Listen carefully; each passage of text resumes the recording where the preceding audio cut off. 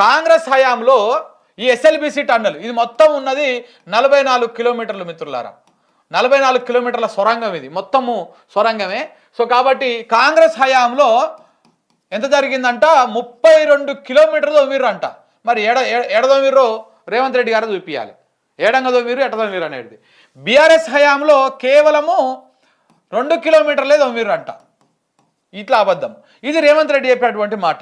మళ్ళా అదే కాంగ్రెస్ పార్టీకి సంబంధించినటువంటి ఇంకొక మంత్రి జూపల్లి కృష్ణారావు గారు ఏం చెప్పారు చూడండి. 44 కిలోమీటర్లలో 24 కిలోమీటర్ల దాకా గతంలో కాంగ్రెస్ ప్రభుత్వం తవ్వి మిగిలింది 19 కిలోమీటర్లు. 19 కిలోమీటర్లో సుమారుగా 10 కిలోమీటర్లు అనుకుంటా 11 టీఆర్ ప్రభుత్వం తవ్వింది. అది ఈయనేమంటున్నాడు రేవంత్ రెడ్డి ఏమో ఇట్లా చెప్పిండు. ఏమన్నాడు, కాంగ్రెస్ 32 బీఆర్ఎస్ ఇంత తొమ్మిది అని. ఈయన జూపల్లి ఏమంటాడు, ఉమ్మడి కాంగ్రెస్ 24 కిలోమీటర్లు తొమ్మిది, బీఆర్ఎస్ అంటే అప్పుడు టీఆర్ఎస్ ప్రభుత్వము 11 కిలోమీటర్లు తొమ్మిది అని చెప్పేసి ఈయన చెప్తాడు. ఎవరు, జూపల్లి చెప్తారు. మరి ఇది నిజమా లేకపోతే ఇది నిజమా చెప్తా. ఇది కూడా ఇగో ఇక్కడ నేను ఇది కూడా చెప్పినాం మనం. ఇగో ఇక్కడ ఈ లెక్కలు క్లియర్ కనపడతా ఉన్నాయి. కాంగ్రెస్ హయాంలో ఎంతెంత మీరు ఇది ఆఫ్టర్ తెలంగాణ వచ్చిన తర్వాత, తెలంగాణ ఫార్మేషన్ తర్వాత జరిగినటువంటి టన్నెలు ఏ సంవత్సరం ఎన్నెన్ని మీటర్లు తవ్వకాలు చేసిరు అనేది ఒకసారి చూస్తే ఇక్కడ ఇగో కాంగ్రెస్ అంటే 2006 నుంచి 2005లో ప్రారంభమైంది. దీని శంకుస్థాపన చేసిరు.